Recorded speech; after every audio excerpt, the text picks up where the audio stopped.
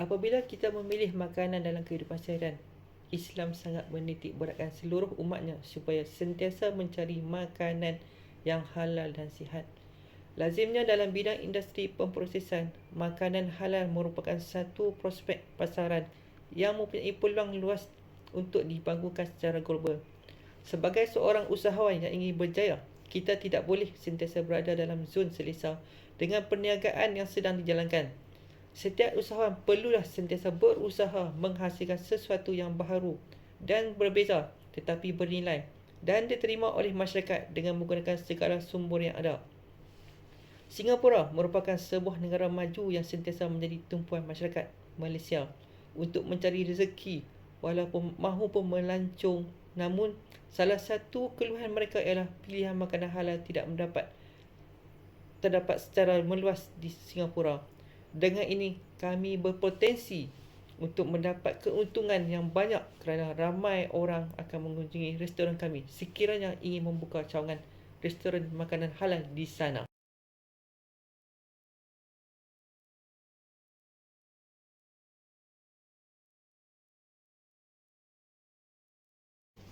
Apakah perkembangan perniagaan ini? Pertama, nilai mata wang yang tinggi dan populasi warga yang ramai. Perkara ini akan diterangkan oleh gadis yang cerita iaitu Nazirah binti Muhammad Syabuddin. Ketiga, permintaan yang tinggi dan risiko akan dikupas oleh sahabat saya iaitu Muhammad Faiz bin Ismail. Kelima, validasi pemasaran termasuk rumusan akan diterangkan oleh sahabat saya Khairil Azriza bin Khairul Zahim. Nilai mata wang tinggi. Dengan membuka perniagaan kedai makanan halal di Singapura, kami berkemungkinan mendapat keuntungan yang tinggi kerana ramai pelancong Islam akan mengunjungi kedai makanan yang halal.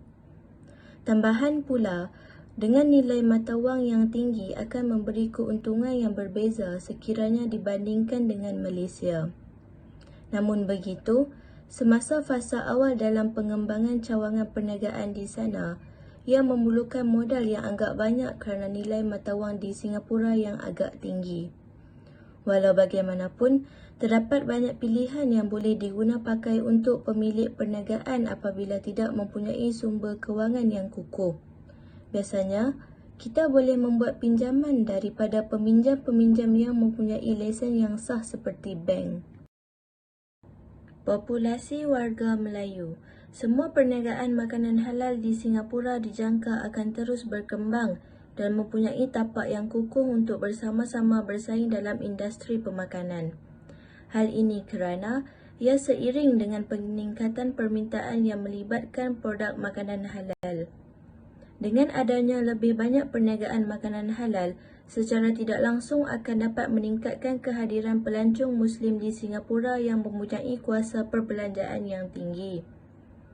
Selain itu, lokasi atau tapak perniagaan akan menjadi satu faktor penting yang perlu diberi perhatian kerana sekiranya lokasi sesuatu perniagaan berada di tempat tumpuan atau strategik dalam kalangan penduduk Melayu, ia dapat memainkan peranan untuk menggalakkan kehadiran lebih ramai pelanggan.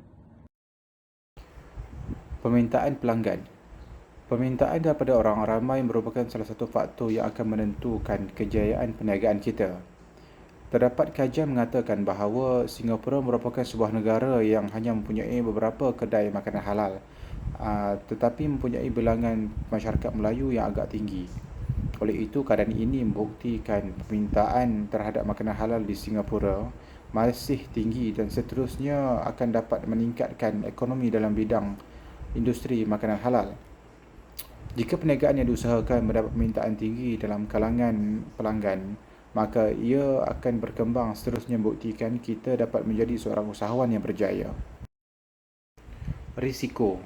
Sebelum memulakan perniagaan di tempat baru, kita perlu mengenal pasti risiko yang akan kita hadapi terlebih dahulu. Hal ini kerana semua jenis perniagaan akan mempunyai risiko yang tersendiri walaupun hanya perniagaan secara kecil-kecilan. Oleh itu, sebelum memulakan perniagaan di Singapura, sebagai seorang usahawan, kita perlu untuk membuat kajian serta memahami dan merancang cara untuk mengatasi sebarang risiko yang berkemungkinan perlu dihadapi. Risiko untuk semua perniagaan boleh dipecahkan kepada beberapa segi seperti keuangan, kaedah pemasaran, kaedah pengurusan dan sebagainya. Oleh sebab itu, sebelum menjalankan sesuatu perniagaan keluar negara, faktor risiko tidak boleh dianggap remeh dan perlu sentiasa bersedia menghadapi sebarang kemungkinan ataupun risiko yang mendatang. Validasi pemasaran. Faktor terakhir yang perlu diberi perhatian apabila ingin mengembangkan perniagaan ke luar negara ialah mengenai validasi pemasaran, iaitu pengesahan pemasaran.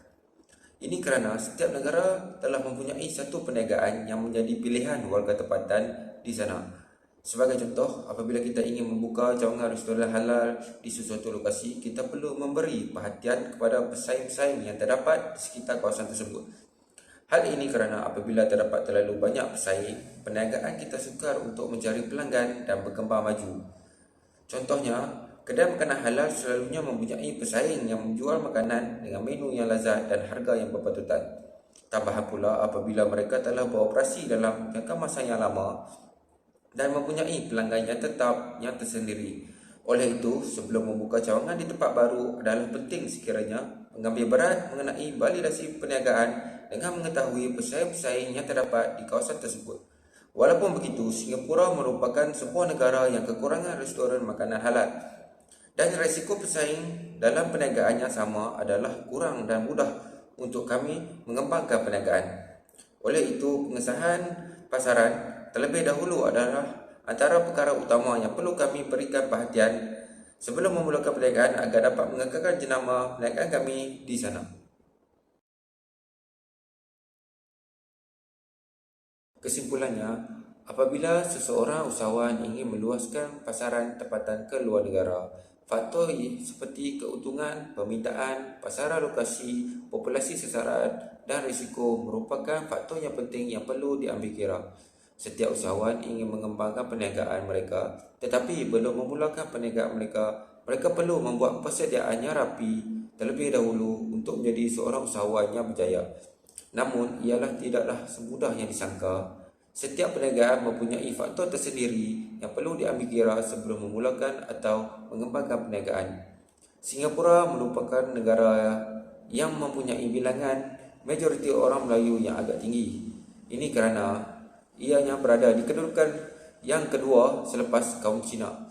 Berdasarkan kajian faktor yang telah dilakukan, dapat disimpulkan bahawa sekiranya pengusaha pasaran tempatan mengendalikan kedai makanan halal di Singapura, ianya dapat meningkatkan ekonomi perniagaan dan mengembangkan perniagaan dengan secara meluas. Sekian, terima kasih.